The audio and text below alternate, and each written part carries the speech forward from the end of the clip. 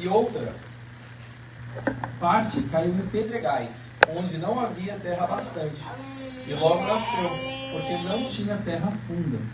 Mas, vindo o sol, queimou-se e secou-se, porque não tinha raiz. Olha só, logo nasceu. Então, essa semente nesse terreno aqui, a gente consegue entender que ela de fato conseguiu germinar, mas como não tinha terra funda, ela não conseguiu prosseguir no seu crescimento. E qual que é a explicação? O que foi semeado em pedregais é o que ouve a palavra e logo a recebe com alegria. Você lembra que então ela conseguiu começar a criar raízes ali. Mas não tem raiz em si mesmo, antes é de pouca duração.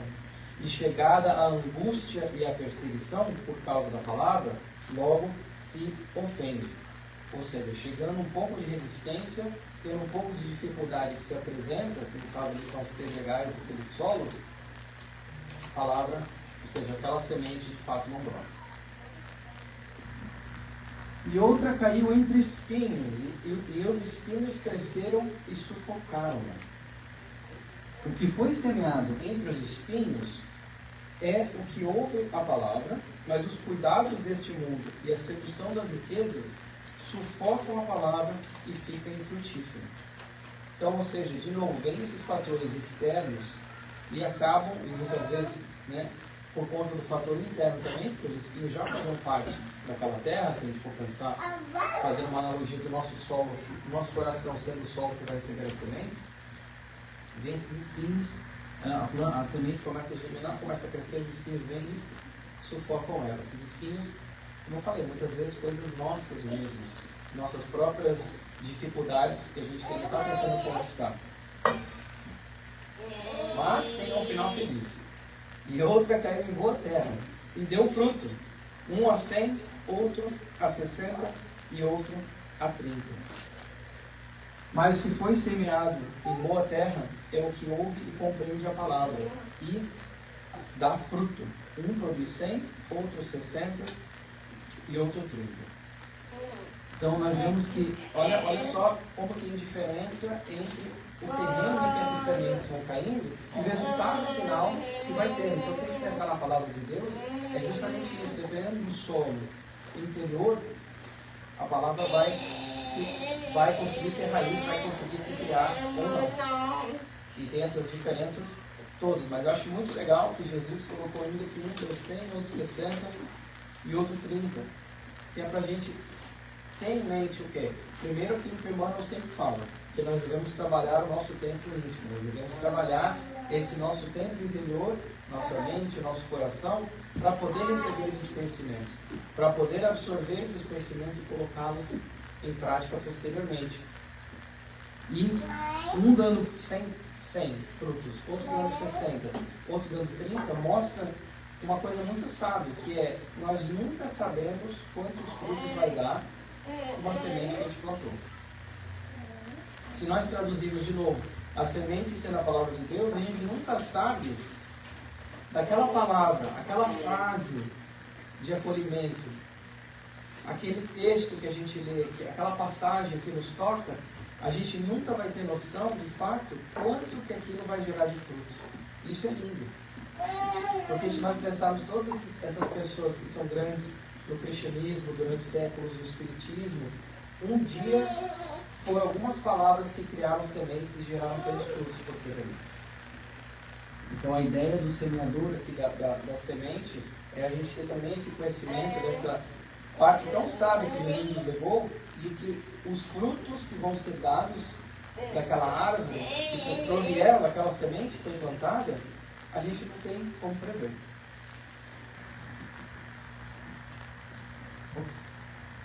E aí, prosseguindo, nós temos uma parábola, que é uma história, uma parábola que é contada nesse livro Contos e Contos, psicografado pelo Chico Xavier, do Irmão Giz, Humberto de Campos. Nós temos esse capítulo que chama O Semeador Incompleto. E ele vai contar a história de uma pessoa que era um exímio orador, um exímio palestrante, uma pessoa que falava, e assim vai ilustrativo, obviamente. Mas era uma pessoa que amava Jesus, que conseguia absorver as suas lições na parte intelectual, uma pessoa estudiosa, inteligente, que ia lá e espalhava muitas sementes, espalhava muito a palavra de Deus para as pessoas, falava para multidões. Humberto Campos vai dizer que ele tecia quadros vívidos na mente daqueles que ouviam suas palavras. E ele pregava muito bem, se portava muito bem ali perante a multidão, pregava sempre a necessidade de servir, mas no fundo queria ser servido. Pregava a necessidade de amar de uma forma bela, mas no fundo queria ser amado. Aceitava o título de professor, de mestre, mas não sabia o que era o título de irmão. E ao passar do tempo, este semeador da palavra foi desiludindo com a resposta das pessoas para quem ele pregava. E aos poucos, ele foi cada vez mais se desiludindo, começou a ficar mais recluso, não queria mais contato com a sociedade, se dedicou somente aos estudos e não à prática. Chegou um ponto, ele desencarna, se encontra, Humberto Campos às vezes se encontra sem luz própria. E depois de vaguear muito tempo com as orações, Jesus vem até ele, até esse cristão fervoroso. E Jesus fala assim para ele, que missão, vê que ele está triste, ele vai falando um pouco da história dele, e Jesus fala assim, que missão desempenhaste entre os homens? E ele fala assim, gastei dezenas de anos, tal qual o semeador da sua parábola, mas só recolhi ingratidão, como meu salário. Ele estava se sentindo que estava só recebendo ingratidão, apesar de pregar. E aí Jesus fala para ele assim, se atirastes tantas sementes a eles, o que fizeste do solo? Que dizer do lavrador que planta desordenadamente, que não retira as pedras do campo, nem socorre o brejo infeliz? Aí ele fala assim, é fácil espalhar as sementes, mas é muito difícil preparar o solo, porque isso demanda o nosso próprio esforço, o nosso próprio suor. Que fizeste dos corações, Jesus pergunta a ele, que converteste em tua semeadura? E aquele semeador, então, se vê ali sem respostas, mas ele pensa e ele fala, mas mestre, falas do solo, mas na sua parábola não mencionaste o solo. E Jesus então discorre para ele como que, ele fala, como que eu não mencionei, quantas vezes não falei em várias parábolas, não preguei pelo próprio exemplo, a necessidade do serviço sincero, a necessidade do doar sem querer receber algo em troca. Essa é a preparação do solo. Ele falou, você espera que as pedras do caminho vão pedir para ser retiradas. Você espera que as sarças do campo vão pedir para serem removidas? Aí ele fala assim, o semeador tem que, de fato, preparar o solo. Aí ele fala uma frase muito bonita, ele fala assim, porque cada coração respira um clima diferente. Então a gente pensa que cada coração respira um clima diferente, que é justamente o coração que vai receber as palavras de Deus. Então ele fala assim, a viva sementeira, prepara o solo, volta, porque neste momento és semeador incompleto. Então, olha só, interessante para a gente refletir. É semeador incompleto. E aí, esse espírito depois vem e acaba encarnando novamente com uma nova missão, agora com um novo olhar sobre a questão de espalhar as sementes, como falou o semeador da parábola. E aqui no canto direito superior da tela, a gente vai ter geralmente a fonte dos slides. Para quem gostar, eu sempre recomendo, passa na biblioteca, já compra o livro, lê por vocês mesmos, que é o que mais engrandece. No Evangelho segundo o Espiritismo, pessoal, nós temos algumas explicações, mas eu queria focar nessa frase específica da parábola, que é, o semeador saiu a semear. Nesse ponto específico, nessa frase singela, nós temos 3 elementos. Nós temos o semeador, nós temos o sair e nós temos o ato de semear. Já falamos um pouquinho dos terrenos, vamos falar depois da semente, mas especificamente vamos focar agora nesses 3 elementos da frase. O semeador saiu a semear. E a primeira pergunta que eu coloco é, quem é esse semeador? Será que somos todos nós? Porque na parábola, depois vamos dizer que as sementes são a palavra de Deus. Mas como será que nós pregamos? Será que é só através de vir aqui falar no microfone? Ou será que é através dos nossos exemplos? As ações. Exatamente, as ações. É através dos nossos exemplos, através das nossas ações, aquilo que a gente faz. Lembra do semeador completo? É através daquilo que a gente faz de coração, que a gente faz com os conhecimentos embasados na doutrina de fato cristã, que nós estamos semeando. Estamos semeando através das ações, estamos semeando através das nossas palavras, aquilo que a gente externaliza. Estamos semeando também, que é interessante, através dos nossos pensamentos, se a gente for mais além. Porque a gente sabe o poder do pensamento, o Espiritismo descortinou muito desses mistérios da força do pensamento. A gente sabe do poder que tem o nosso pensamento nessa manipulação do fluido cósmico universal e como que até através do pensamento nós estamos espalhando sementes. No capítulo 17 do Evangelho segundo o Espiritismo, vai falar então que o dever é a obrigação moral da criatura para consigo mesma primeiro e em seguida para com os outros. O dever é a lei da vida, ele se encontra nas mais ínfimas particularidades, como nos atos mais elevados. Os Espíritos vão falar então que ele se encontra nas mais ínfimas particularidades, ou seja, naquelas menores ações, aquelas menores palavras, menores atitudes, menores em quantidade, como também nos atos mais elevados. E a nossa obrigação, principalmente nós espíritos ainda no plano de provas e expiações, tanto quem é desencarnado que me ouve e os encarnados, nossa missão é justamente de nos aprimorar, mas também aprimorar o próximo, porque fora da caridade não há salvação. Nós trabalhando essas nossas tendências, e nós sabemos como o orgulho e o egoísmo ainda são as grandes chagas da humanidade, a caridade vai trabalhar tudo isso, e o aperfeiçoamento próprio também. Então, para a gente ter em mente o nosso dever, para nós termos em mente que o semeador somos nós todos. Não é só pegar um lado literal da parábola e a gente achar que só quem semeia é quem dirige o estudo, quem dá uma palestra, quem vai fazer post de mensagens, fazer coisas que são relativamente somente à palavra de Deus. Não, nós somos semeadores a todo tempo. Paulo, então, quis trazer uma parte de Paulo aqui, porque foi um grande, falando em semeadores, né, foi um excelente semeador, grande apóstolo do cristianismo. Ele falou isso aqui na carta aos Coríntios: e quando semeais, não semeais o corpo que há de nascer, mas o simples grão, como de trigo ou como de qualquer outra semente. Paulo nos atenta, então, que como semeadores, e nós todos somos, nós não semeamos já a obra pronta.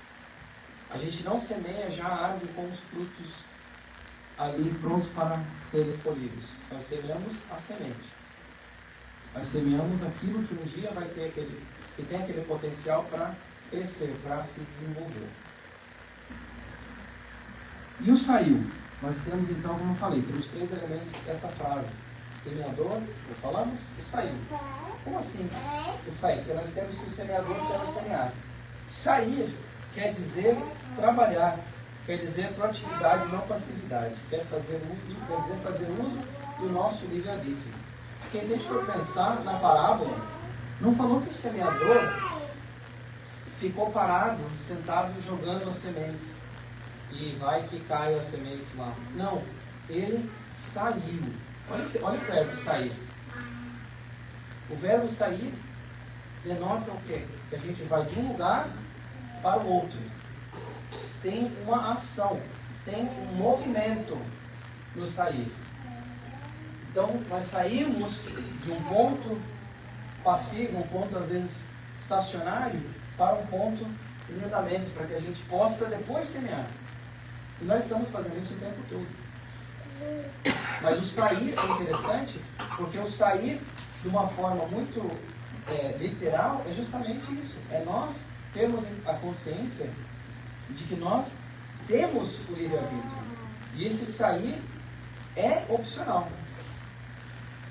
Quantos se demoram, às vezes, nos erros, porque evitam o sair, por causa de medos, por causa de ansiedades, mas esse sair tem essa ação, tem essa intenção por trás. O Leon Denis, ele fala que a alma é a senhora de seus atos, ou seja, a cada um conforme os seus atos. Justamente isso, que esse sair denota esse livre-arbítrio, de você querer sair ou não. O semeador somos todos nós. O sair já é esse livre-arbítrio que fala. E dizendo mais sobre o livre-arbítrio, nós temos no livro O Problema do Ser, o Destino e da Dor, que é um dos meus livros favoritos da literatura espírita. Ele fala o seguinte: a liberdade é a condição necessária da alma humana, que sem ela não poderia construir o seu destino. A liberdade é condição necessária da alma humana, porque sem a liberdade nós não construiríamos o nosso destino, nós cairíamos nas falácias e nos erros de acreditar nas fatalidades e nas injustiças, como se nós fôssemos injustiçados. E o Leoneli vai dizer mais assim: elevemo-nos, pois, à consciência do nosso papel e fim, e seremos livres. Asseguraremos com os nossos esforços, ensinamentos e exemplos a vitória da vontade, assim como do bem. E, em vez de formarmos seres passivos, curvados ao jugo da matéria, expostos à incerteza e inércia, teremos feito almas verdadeiramente livres, soltas das cadeias da fatalidade e pairando acima do mundo pela superioridade das qualidades conquistadas. Seres realmente livres. E nós somos, porque nós temos o livre-arbítrio. Para fugir do que? Das cadeias, por exemplo, de cadeias de fatalidade. Que é o que? Como eu falei, aquela ideia arraigada já de muitos séculos e muito trabalho que nós temos no nosso espírito imortal através das reencarnações, dessa fatalidade, de que o nosso destino não está nas nossas mãos, ele está nas nossas mãos. Nós somos, a alma é senhora dos seus atos, né? Nós que vamos ditar os nossos destinos. Então esse sair passa pelo livre-arbítrio e passa por essa vontade que nós temos e essa abertura que nós damos a nós mesmos para podermos sair utilizando o livre-arbítrio. E o semear?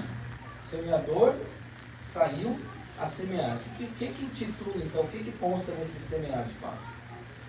O ato de semear, semear o quê, né? O ato de semear é de jogar as sementes, espalhar a palavra de Deus, mas como nós já falamos aqui, a todo tempo nós estamos semeando. A todo momento nós estamos semeando. O Emmanuel, no livro Ceifa de Luz, eu acho que está ali, Ceifa de Luz, mensagem número 53, ele vai dizer assim, ó, plantaremos todos os dias. Ou seja, semearemos todos os dias, o Emmanuel fala. Ele não fala que é de vez em quando, semearemos todos os dias, é da lei. Até os inativos e ociosos, olha só, estão cultivando o joio da inteligência. É necessário reconhecer, porém, que diariamente colheremos. Diariamente nós vamos colher, porque todos os dias nós estamos plantando. Mas é claro, certamente, que nós não plantamos, pelo plano da palavra de Deus, a árvore pronta. Mas quando nós estamos sendo ociosos, nós estamos plantando o que ele fala que é o joio da imprevidência. Isso nós vamos colher. Nós vamos colher a falta de ação, nós vamos colher os momentos que nós decidimos e escolhemos estar ainda arraigados no erro, permanecer no erro. Nós vamos colher. Ele fala até os ociosos, porque é interessante que muitas pessoas podem às vezes pensar, então, quem não está fazendo nada, quem não, vamos supor, um ermitão que está lá na montanha, vivendo fora da sociedade, sem contato, no voto de silêncio, etc, etc, está passando por uma ociosidade. E como é que você vai praticar a caridade pelo próximo se você está numa situação como essa? Nessa situação de isolamento. E toda vez nós vamos colhendo. Nossas palavras, nós estamos sempre colhendo. Inclusive tem uma história que eu vou contar brevemente aqui, que é uma parábola, não é de Jesus, mas é uma parábolazinha, que conta de que tinha essa vila, e nessa vila tinha uma moça jovem que ela gostava muito de fofoca. Ela era muito fofoqueira, gostava muito de causar intriga e colocar as pessoas umas contra as outras. E nessa mesma aldeia tinha uma senhora, uma anciã, muito sábia. E um dia essa moça viu que estava tendo tanto problema por causa da língua solta, que ela falou, eu quero conversar com essa anciã para pegar algumas dicas, pegar algumas ter ali uma mentora para eu poder me melhorar. E ela chega nessa anciã e ela fala para a anciã, olha, eu tenho uma maledicência, eu falo, eu não consigo segurar. Para mim, mas já me causou muito problema. O que eu posso fazer para melhorar isso? E a anciã fala para ela, olha, vamos fazer um exercício então. Espero que te ajude. Primeiro, mas tem que confiar em mim. Primeiro eu quero que você vá aqui na nossa vila e recolha todas as penas de aves que você conseguir achar. Então pode ser de ganso, de pato, de andorinha, o que for. Colete todas as penas e coloque dentro de um saco. Todas as penas. E ela vai lá, coletou todas as penas, colocou dentro do saco, voltou para a anciã. O que eu faço agora? Não entendi mais o que eu faço. A anciã fala, agora você está vendo? Tá, um dia está ventando bastante, está vendo esse morro, esse nosso monte aqui? Vá até o pico desse monte, espalhe todas as penas lá, esvazie o saco e venha e volte aqui falar comigo. A moça não entendeu, mas seguiu o que a anciã estava falando. Subiu ao pico do monte, jogou todas as penas, esvaziou o saco e aquela ventania levou as penas para todos os lados. E ela voltou aquela cena até bonita, todas as penas viajando e tudo mais, e o saco vazio. E ela voltou para a anciã. Falou, não entendi nada, não está me ajudando, mas o que eu faço agora? A anciã falou, agora é simples. Agora você volta lá e coleta todas as penas de novo. O que a senhora está sugerindo? Não tem como voltar lá? As penas foram para todos os lados. Eu nem sei, talvez uma ou duas já consiga, mas eu nem vi onde elas foram parar. E a anciã falou, assim são suas palavras. Uma vez que você jogou para fora, não tem como você coletar mais. Uma vez que elas estão lá fora, você não tem a noção de onde elas vão cair. Tais quais as penas que você esvaziou. Então olha só que interessante para a gente refletir. Como de fato semear, espargir essas penas, como nós vimos na parábola, mais ou menos são como são essas palavras, como as nossas ações. Uma vez que a gente colocou para fora, a gente não tem mais controle de colocar para dentro, e muitas vezes também a gente não sabe aonde vai parar. A gente está transmitindo aqui uma palestra online. Eu não faço a menor ideia, é impossível saber aonde que vai cair, em que ouvidos que vai cair o que eu estou falando aqui.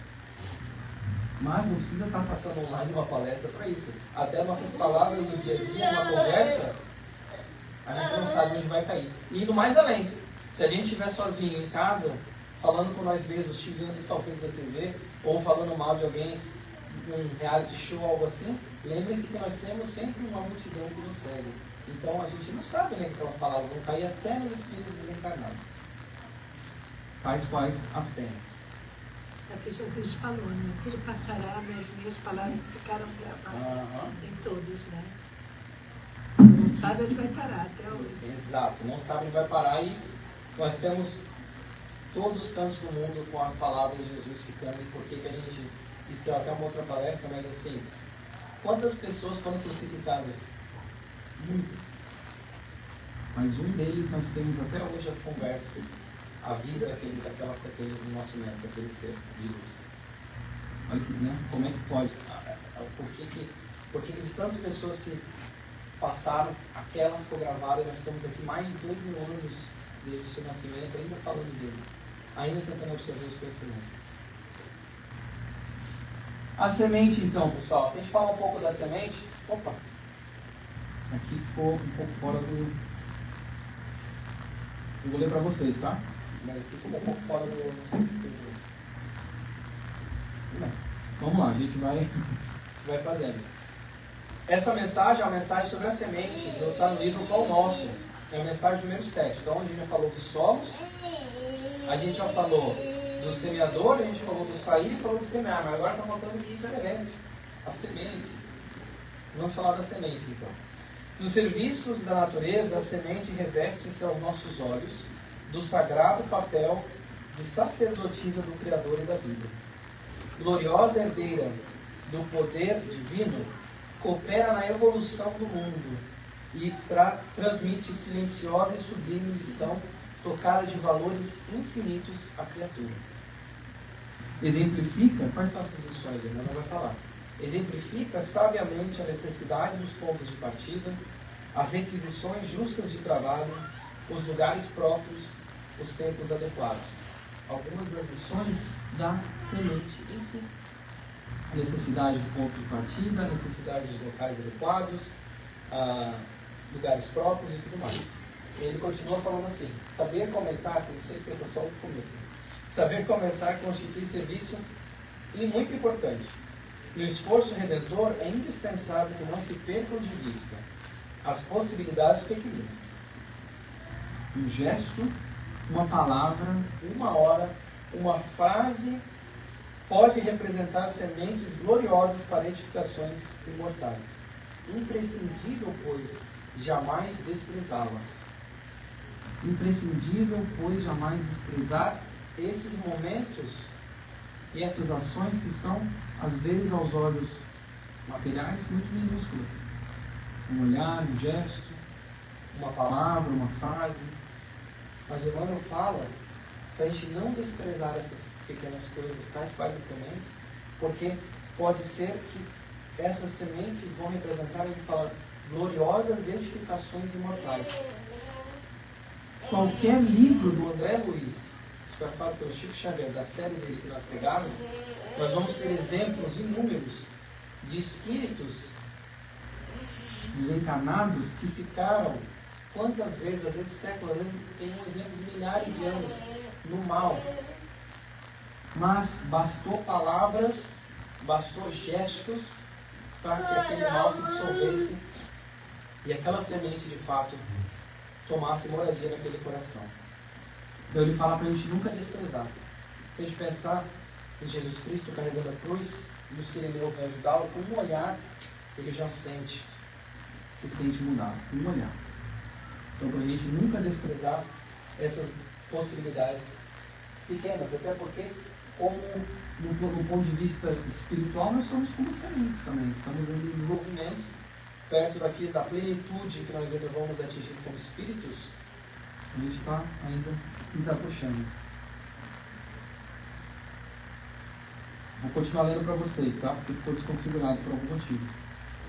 Vamos falar então da paciência, porque uma coisa que a semente nos ensina é a paciência. A semente não tenta se apressar no seu crescimento, no seu desenvolvimento.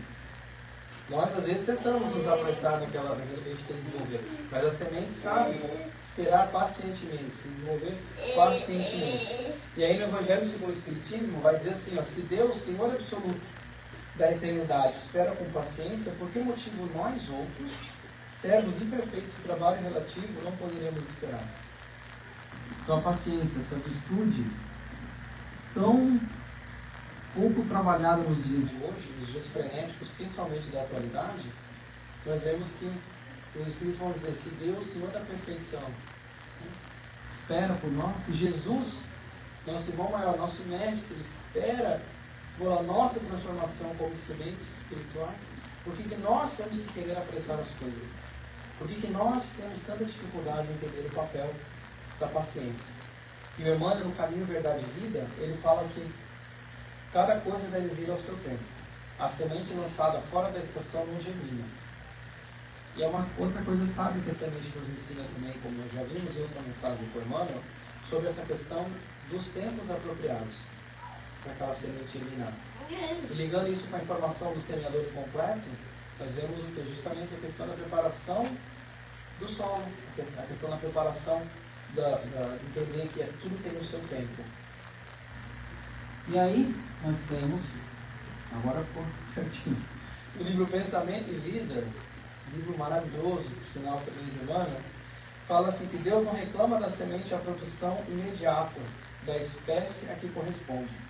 Dá-lhe tempo para germinar, crescer, florir e frutificar. Então assim também está no capítulo 25, chamado Tolerância, essa passagem. Nós temos esse tempo, nós temos o tempo certo, nós temos que trabalhar na paciência e entender que as coisas vão vir ao seu tempo, mas que a lei do progresso, que é infalível, vai depender de nós. Quão rápido ou quão devagar nós vamos progredir, mas nós vamos estar progredindo, como a semente vai lá e está brotando também. E no livro Entre a Terra e o Céu, como eu falei da série do André Luiz, esse é um livro também excelente da série do André Luiz, nós temos algumas lições aqui, uma delas que eu queria trazer, essa questão de que a semente precisa de condições específicas para evoluir e seguir o seu propósito. E muitas vezes nós acabamos nos surpreendendo, deixa uma fotinha aqui, com a capacidade de crescer perante as adversidades. A fotinha que eu tenho aqui no canto da tela embaixo é justamente uma sementinha, uma plantinha, crescendo num asfalto. Claro que nós precisamos cuidar do solo, mas às vezes, como a gente já falou, a gente não sabe de fato a capacidade daquele solo de ter uma semente, não sabe a capacidade daquela pessoa, daquele coração, de receber a palavra de Deus através da nossa. Quando eu falo palavra, é as ações, né? As ações que nós pregamos. A palavra de Deus para germinar naquilo. Quantas vezes nós não vemos as sementes germinando em lugares que a gente não espera? Eu, esse tempo atrás, estava passando na I-95, na highway, e num dos viadutos, eu entrar embaixo do viaduto e continuava a highway, eu olhei para a esquerda, vi umas árvores, eram árvores gigantes, crescendo entre o freixo, assim, entre os blocos de cimento. E tinha aquela árvore lá que cresceu, e eu ficava pensando, nossa, quem que diria que ia crescer uma árvore ali? Eu digo árvores, não sei nem o que era, porque o meu conhecimento de botânica é novo. Mas era uma planta muito grande que cresceu vindo de um freixo, assim, devia ter 3 centímetros, 4 centímetros, e ela saiu para buscar o sol, e ela cresceu aquela semente ali. Então a gente acaba se surpreendendo a capacidade de crescer que as sementes têm nos locais que a gente muitas vezes não entende. Vemos quantas crianças às vezes vêm de ambientes muito violentos e acabam crescendo como seres que distribuem do seu amor. Locais que as crianças não têm estudo, na África, por exemplo, muitos locais óbvios, né? Mas na África, obviamente, e essas crianças acabam conseguindo ser instruídas posteriormente. Olha essas sementes, como a gente não tem noção de como ela vai crescer e de qual forma.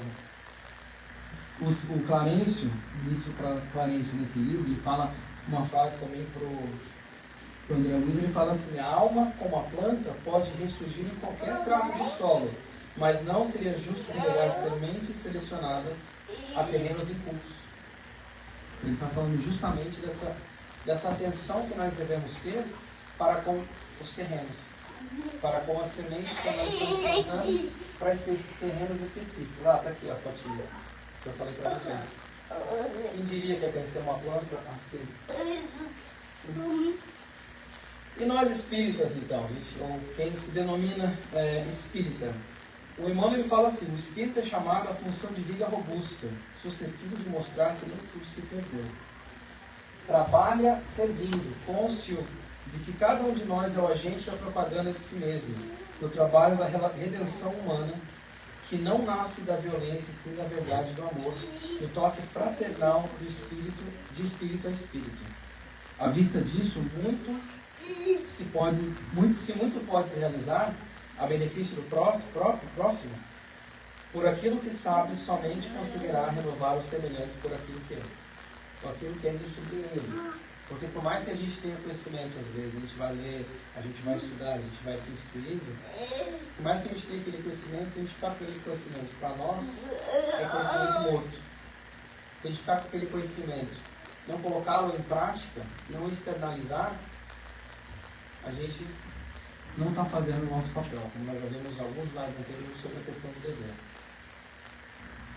E no livro Seifa de Luz, a mensagem número 50, antes de vir o semeador, o Emmanuel vai dizer assim: ó, Jesus é o semeador da terra e a humanidade é a lavoura de Deus em suas mãos. Lembremos-nos da renúncia exigida à semente, chamada a produção, que se destina ao celeiro, para que não venhamos a sucumbir em nossas próprias tarefas. À frente do semeador sublime, com S maiúsculo, né, de Deus, não esmoreças antes os pesares da incompreensão e do isolamento, das tentações e das provas aflitivas e rudes. O Emmanuel traz essa mensagem de conhecimento, essa mensagem de esperança para a gente, falando para nós não esmorecermos perante essas provas, que são, se a gente for lembrar, aqueles espinhos que crescem na parábola, para a gente não esmorecer perante isso, entender a renúncia, a resignação que é exigida da semente. E ele vai mais além, ele vai dizer justamente o que acontece. Olha o sacrifício, eu limpei a vida. da semente. A semente, ela sofre abandono e é sufocada pelo peso do chão. Sozinha e oprimida no escuro, desenfaixa-se das forças inferiores que as constringem, aquele peso do solo, aquela escuridão, aquela solidão. Vermes a atacam logo que desabrocham, e depois as intempéries. Então, à medida que ela está crescendo, tem vermes tentando atacar a semente, e quando ela cresce, tem vermes de fora, e as intempéries, chuva, gelo, vento, o que for, estão também atacando as pestes, né, os insetos, atacando aquela semente que vira planta. Então, olha o sacrifício, olha tudo isso que a gente pode aprender com a semente, que nós também passamos, às vezes, por essas situações.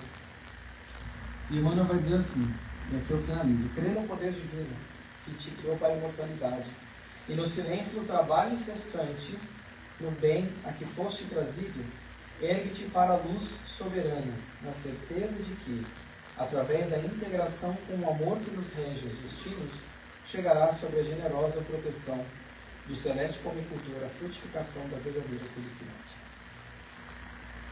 Que assim seja. Toda uma semana iluminada por nós. Obrigado. Agora nós vamos fazer um quadro. Oração com o Balbazar.